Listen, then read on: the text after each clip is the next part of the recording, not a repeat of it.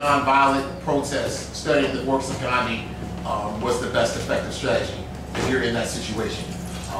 But if you're the majority, you can strategically come up with a plan similar to what the Haitians did, similar to what they did in Kenya, similar to what they did in Zimbabwe, when countries in Africa were getting their independence. And also, but if you're in a situation where you're the minority economically and socially, well, even though they were at the minority economically, but they had bigger numbers in those countries, so they could have violent revolutions. In America, you couldn't do that at that time.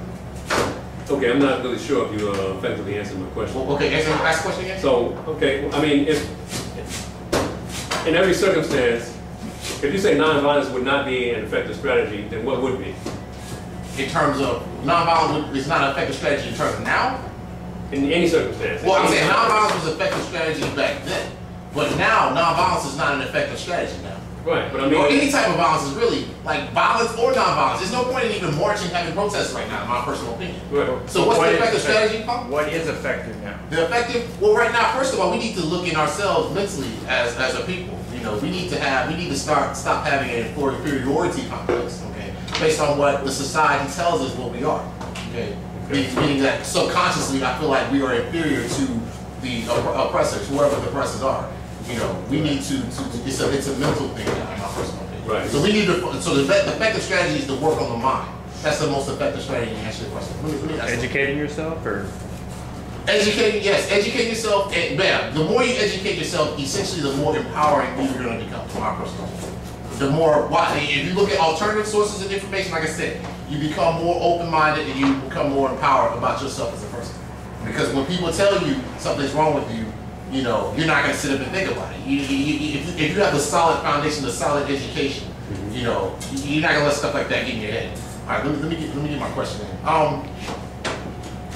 Do you think that Malcolm X was a bigger threat, even though he was tapped by the FBI, which a lot of people were? Einstein was tapped by the FBI. Anybody associated with communism, who the government thought was associated with communism, was tapped by the FBI at that time. Okay. So do you feel that Malcolm X was a bigger threat to the power structure than Martin Luther King? Because a lot of Pan-African, that's the question. Do you feel like Malcolm X was a bigger threat to the power structure than Martin Luther King at that time in history? absolutely.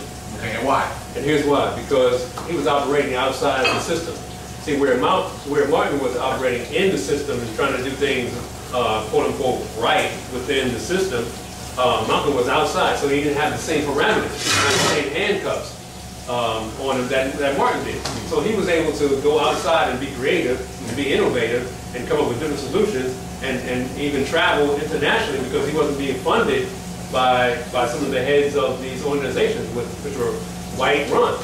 You know, I mean, if they say, well, listen, we don't endorse you doing that, and Martin said, well, I'm going to do it anyway, they would fund it. So Malcolm's whole funding came from an independent source.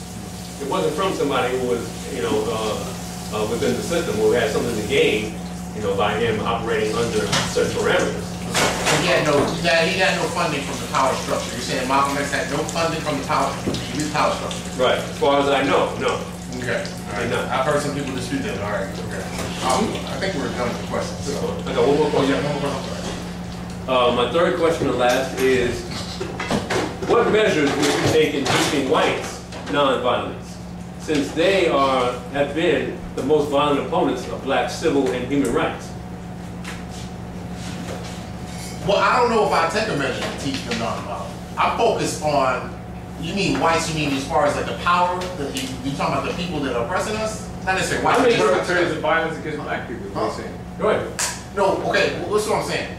I don't necessarily know if I teach nonviolence. What I'm saying is, okay. But wait a minute.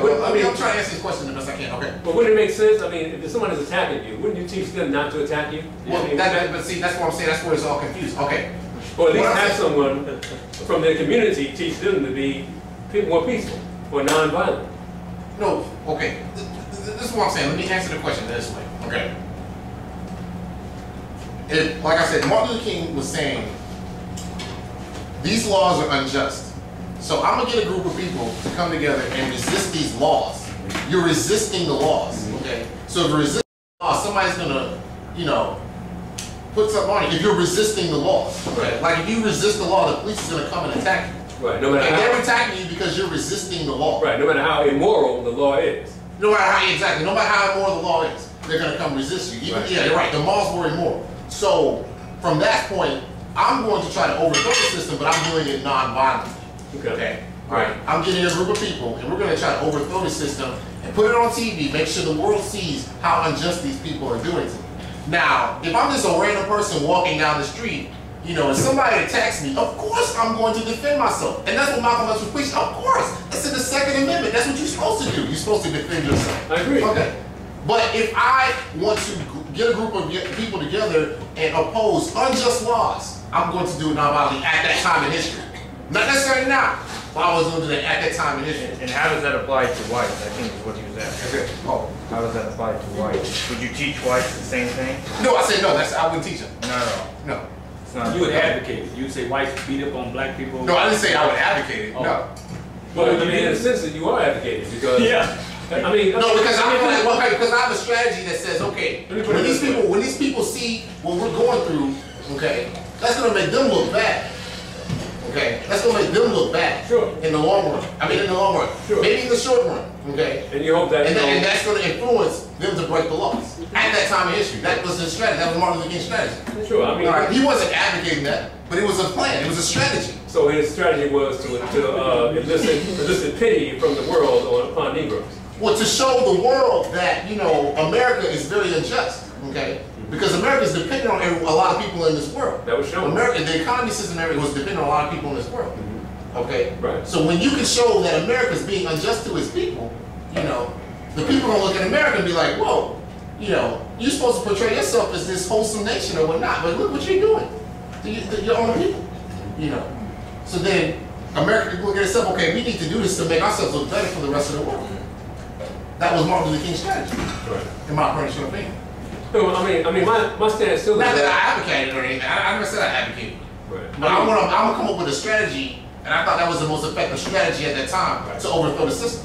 I mean, my approach is that if someone's being a bully, it's not the victim who's the problem. He doesn't have the problem. It's the victimizer. It's the bully who has the problem. So he needs to be taught to be peaceful, to be nonviolent, because he's the one who's being the aggressor, who's attacking people. So I mean, you don't just lock up the victim and put him in a room and isolate him and say, all right, well, we're going to take you here and take away your freedom so you can be safe from the bully. Meanwhile, the bully's out there running wild. Yeah, but You know, you nullify the bully. If the bully thinks they're above you anyway, talking to the bully 9 times out of 10 ain't gonna do anything. Right. 9 times out of 10. I'm not saying there's always a chance, but 9 times out of 10 ain't gonna do anything. Right, which is why I don't advocate talking. Yeah. But you asked me I thought you asked me what I talked to someone. Okay, all right. Well, yeah, so you talk to the bully. No, I'm not gonna talk to the bully. The bully's not gonna listen to me. Well, He'll listen to me, but he's not gonna understand. He's not gonna care what I say. All right, but anyway. You got a third question? Or? No. No? Why do you think that Martin Luther King is not respected among Pan-Africanists and Black nationalists? that's a bold question. I don't think Dr. King is as well respected. I think he is respected, but not as respected as, say, some of the more uncompromising leaders. Because let's put it like this: he was funded. Okay, if somebody controls your funding, they can really basically tell you what to do, what to think, where to go, how to do it, and with whom. So, I mean, that's it. That's basically it. I mean, with Malcolm, there was no compromise. It was, I mean, to a certain degree, he fell under the leadership of Elijah Muhammad, to where he wanted to do certain things that was outside or above or beyond the Nation of Islam, but because of the hierarchy, because he was respectful of the leadership of the Nation of Islam under Elijah Muhammad, he didn't. But as you saw, later on in his life, when he broke with the nation, that's when he really started to come more into his own.